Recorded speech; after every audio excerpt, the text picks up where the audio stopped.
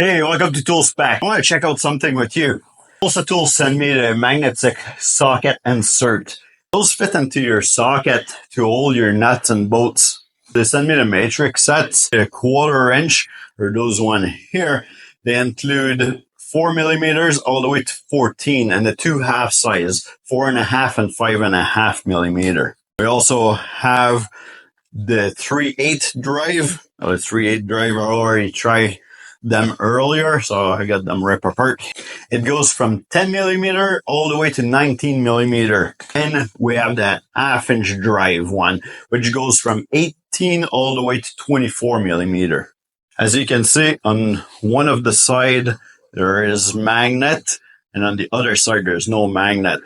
From the smaller size with the double magnet, 3 magnets, all the way up to 4 magnets. I have a 13 millimeter socket, 3/8 drive. So we're going to grab this insert. Now the insert goes only one way because there's no magnet on this side. If I grab the side that have no magnet, it sticks a little bit, but you can shake this off. Now if you have the side with the magnet, you put it on there, it's very tight. It doesn't matter how much I shake it, it stays on there. When you insert that into your socket, make sure that the magnets are pointing outwards. Now you can either grab a screwdriver or a pick to push it down, or you can just grab the bolt that fit in there and push it all the way down. So now with the magnet into the socket, you can put your bolt in here. It stays in, or the nut. And there are still your holes into the center so that, the bolt can go farther into your socket.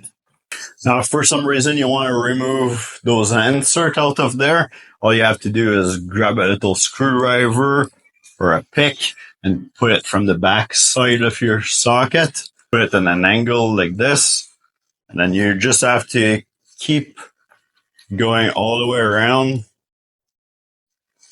They're not quick to remove. They're made to kind of stay in there and be secure. So they fit nice and tight in here. But now you can take it out. Here's an example of what happens if you don't have the insert. And also, you might lose some teeth on this. All right, so let's say at 45 degrees and you remove your hardware out of there. Now it's going all over the place. Or if you end up removing your nut, it's falling off, you're going to lose that. Especially if you're doing some stuff into your driveway or in the grass because you're fixing an ATV or something like that. And now we're going to test what happened when we're removing the hardware with the insert in. Same way that we did earlier, about 45 degrees. It's not foolproof, so I just say that. Okay, let's do it again. All right, so now I get my hardware in there. It's staying, shaking it. And it went on the floor. Now, let's make it spin a little bit. Let's see what happened.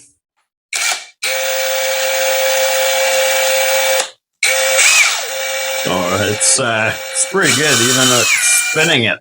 And now let's remove our nut with it. The nut is in here. We're going to move it fast and see what happened.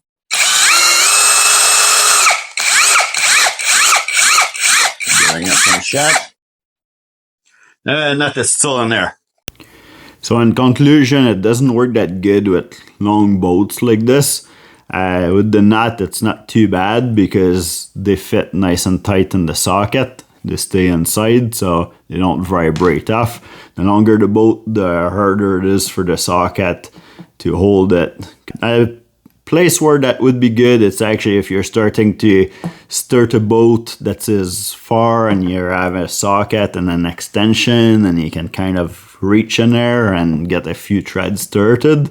And then after that, just use everything as normal.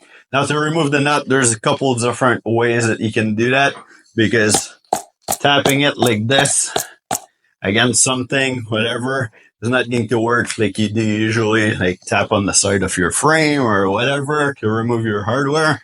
It won't work. So either grab another hardware with the same thread size and you give it just a little spin in there to grab your nut out of here, or you can grab it with the screwdriver, put it at an angle.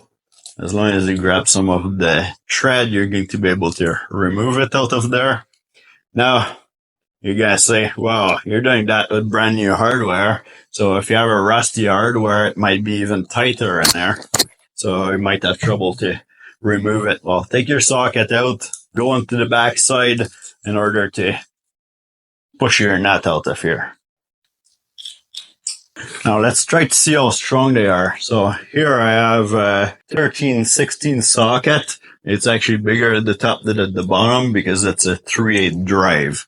So we're going to put this upside down like this.